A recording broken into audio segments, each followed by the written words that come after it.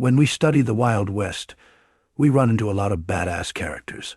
Peck Thomas, Billy the Kid, Jesse James, even the actors in Hollywood like John Wayne, Clint Eastwood. They're badass. But one we haven't talked about, and could be one of the most influential people in the Wild West, just got a new premiere on Paramount+. That's Bass Reeves, arguably the most successful lawman in Wild West history. So we're going to take a deep dive into Bass Reeves on this episode of Chronicles of the West. Born in 1838 to enslaved parents in Crawford County, Arkansas, Bass Reeves would go on to make history as the first U.S. Deputy Marshal west of the Mississippi River, becoming one of the most celebrated frontier heroes in American history. Bass, owned by a man named William Reeves, adopted his owner's surname, a common practice among slaves during that time. His first name was derived from his grandfather, Bass Washington. Reeves initially worked as a water boy, and later a field hand alongside his parents. Around 1846, William Reeves relocated his operation and family and his slaves to Grayson County, Texas. Standing tall at 6'2", Bass Reeves possessed a courteous demeanor and a good sense of humor. George Reeves, William's son, became his valet, bodyguard, and companion. When the Civil War began, Texas aligned itself with the Confederacy, and George took Bass with him. During the Civil War years, Bass separated from Reeves' family, with accounts suggesting it was due to his dispute in a card game or his desire to escape after hearing about the freeing of slaves.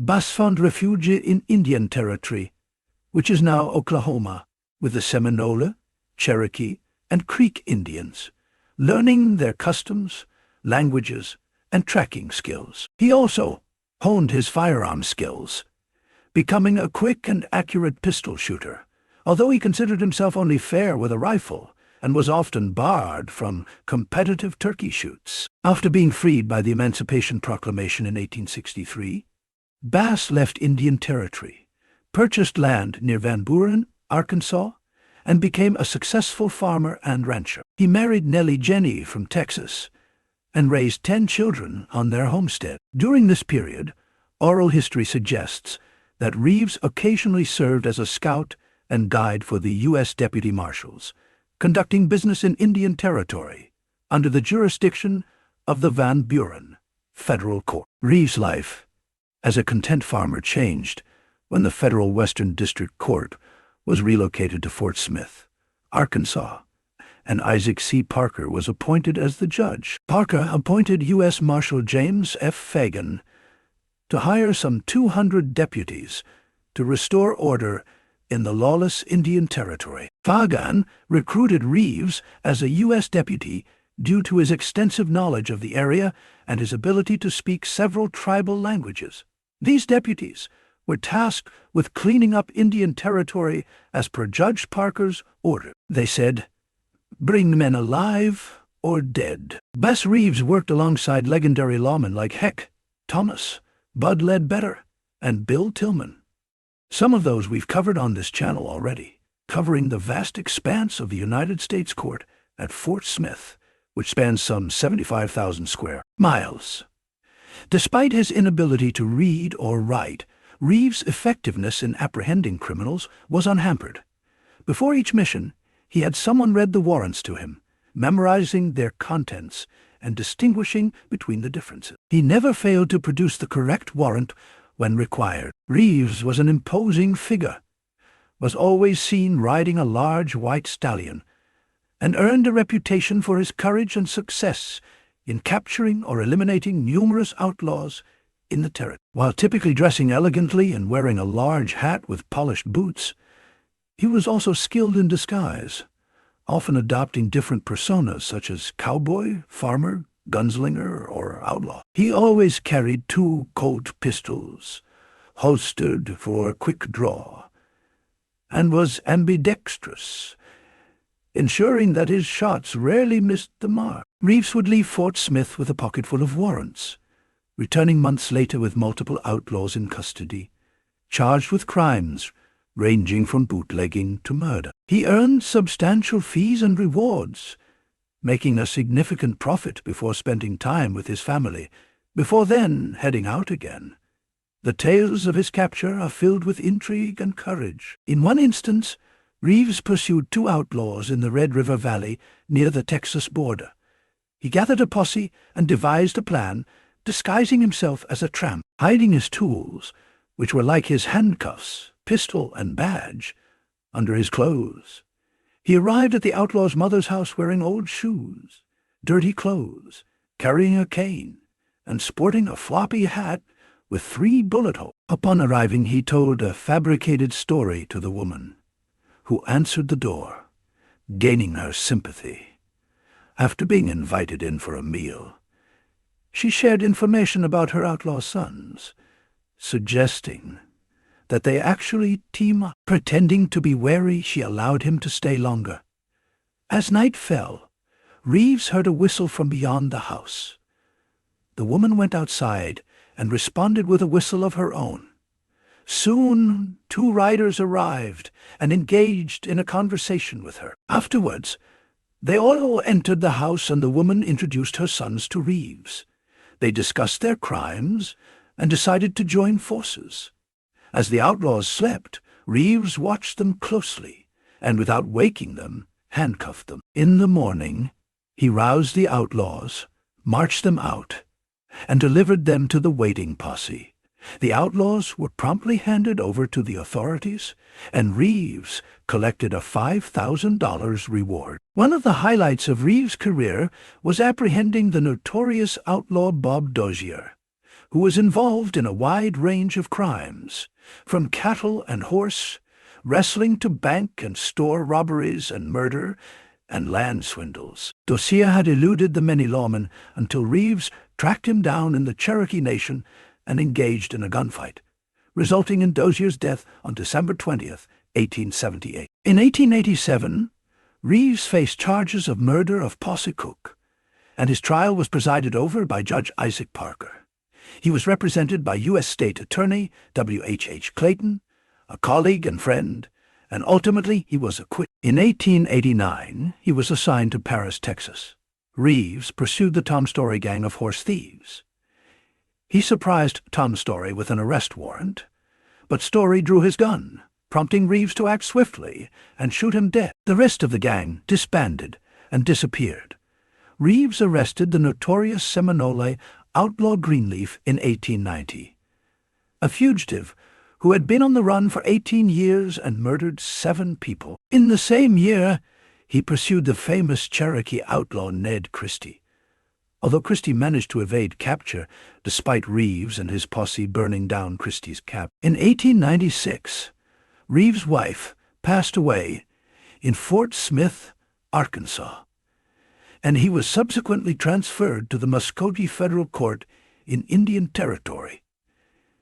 In 1900, he married again, this time to a woman named Winnie Sumter. One of the most challenging manhunts in Reeves' career was tracking down his own son in 1902. After delivering 2 prisoners to U.S. Marshal Leo Bennett in Muskogee, Oklahoma, Reeves received devastating news that his son, Benny, had been charged with murdering his wife in a fit of jealousy. Despite the reluctance of other deputies to accept the warrant, Reeves insisted on finding his son.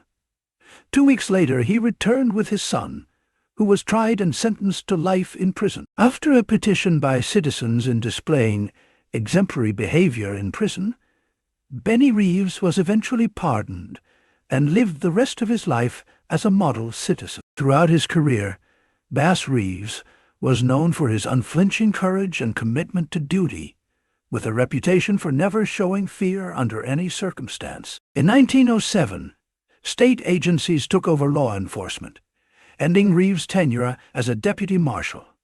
He then became a patrolman with the Muskogee, Oklahoma, Police Department, where no crimes were reported on his beat during his 2-year service. Reeves' career came to an end in 1999 due to his diagnosis with Bright's disease. He passed away on January 12, 1910, and was buried in the agency cemetery at Muskogee, Oklahoma, although the exact location of the grave remains unmarked and on private property. Boss Reeves' obituary described him as an absolutely fearless and knowing no master but duty. Over his 35-year career as deputy marshal, he earned a well-deserved place in history for his effectiveness in taming the lawless Indian Territory, apprehending more than 3,000 outlaws, and ensuring justice was served. Despite taking the lives of 14 men during his service, Reeves maintained that he only shot when it was necessary to protect his life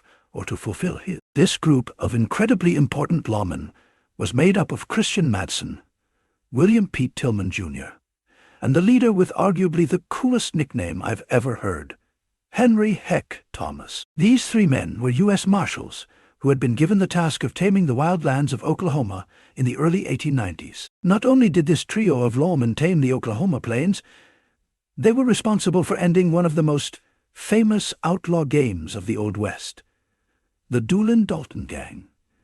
The three men were also known as being unfazed in their pursuit of outlaw, ignoring bad weather and known for their tracking abilities. The three lawmen were given the name Three Guardsmen by the outlaws they were after. We discussed this shootout in another video, but heck, Thomas was the reason that the Dalton Gang attempted to rob two banks at the same time during their demise in Coffeyville, Kansas. Emmett Dalton, the only member of the Dalton Gang who survived the massacre at Coffeyville, specifically said that Heck Thomas was the reason for the decision. The three guardsmen were really made famous for their methodical and relentless pursuit of the Doolin Gang. The three guardsmen found the Doolin Gang hiding out in Ingalls, Oklahoma, and a shootout broke loose. 3 deputies and 2 civilians were killed, while only 1 outlaw was captured. Because of this failure, the 3 guardsmen were tasked to abandon all other responsibilities to pursue the Doolin Gang full-time. The trio tracked down Bill Doolin in Eureka Springs, Arkansas, when Tillman dressed as a preacher with a gun under his jacket. He surprised Doolin at a spa while he was there for a foot injury. After 6 months in prison, Bill Doolin escaped prison and made his way back to his wife's father's house in Lawson, Oklahoma. But Heck Thomas was there waiting with his fellow marshals and ordered for Bill Doolin to surrender. Doolin answered with gunfire and was shot dead by Heck Thomas. Chris Madsen led a posse that killed Doolin Gang members Dynamite Dick Clifton and Richard Little Dick West. Tillman was responsible for the death of Little Bill Radler. The rest of the gang was slowly captured or killed by the 3 guardsmen. Heck Thomas went on to become chief of police in Lawton, Oklahoma, and died in 1912. Bill Tillman was elected to the Oklahoma State Senate. In 1924, Tillman was murdered by a man named Wiley Lynn while he was serving as town marshal for Cromwell, Oklahoma. 1 month after Tillman's death, the town of Cromwell was entirely burned to the ground. No building was left standing. Chris Madsen, the now last surviving member of the 3 guardsmen, is thought to be the one responsible for the arson. There was never an investigation conducted, and the town of Cromwell never recovered. Chris Madsen himself died in 1944 at the rape age of 93. The 3 guardsmen were said to have killed or captured over 300 outlaws during their time in Oklahoma. Dave Allison William Davis Allison, also known as Dave Allison, was born in Ohio in 1861. He began his lifetime career as a lawman at the young age of 27. He moved to Texas and was elected the sheriff of Midland. With this appointment, he became the youngest sheriff of the Lone Star State. During his time there, he was coined as being the most efficient lawman in all of Texas. After serving 6 terms as sheriff in Midland, he moved to Arizona to join the Arizona Rangers. He reportedly killed the famous outlaw Three-Finger Jack after a train robbery in Fairbank, Arizona. He also captured the outlaw Owen Brothers and Tom Bravo Juan Bose. Dave Allison went on to serve with the Texas Rangers, the Roswell, New Mexico chief of police, and a bodyguard for mining magnate Bill Green during mining strikes in Mexico. Allison also led the posse that killed Mexican revolutionary-turned-outlaw Pascual Orozco. The famous American general, George S. Patton, said that Dave Allison is, quote, the most noted gunman here in Texas. Dave Allison was killed in the line of duty in 1923 when he and another detective, Horace Robertson, were ambushed at the Gaines Hotel in Seminole, Texas, by infamous cattle rustlers, Hill Loftus and Milton Good. It is said that with the death of Dave Allison came the end of the Texas frontier era. Bat Masterson William Barclay Masterson was born in 1853 in Quebec, Canada. His family moved him around New York, Illinois, and landed near Wichita, Kansas in 1871. During his childhood years, he became very efficient with a firearm during his time hunting buffalo.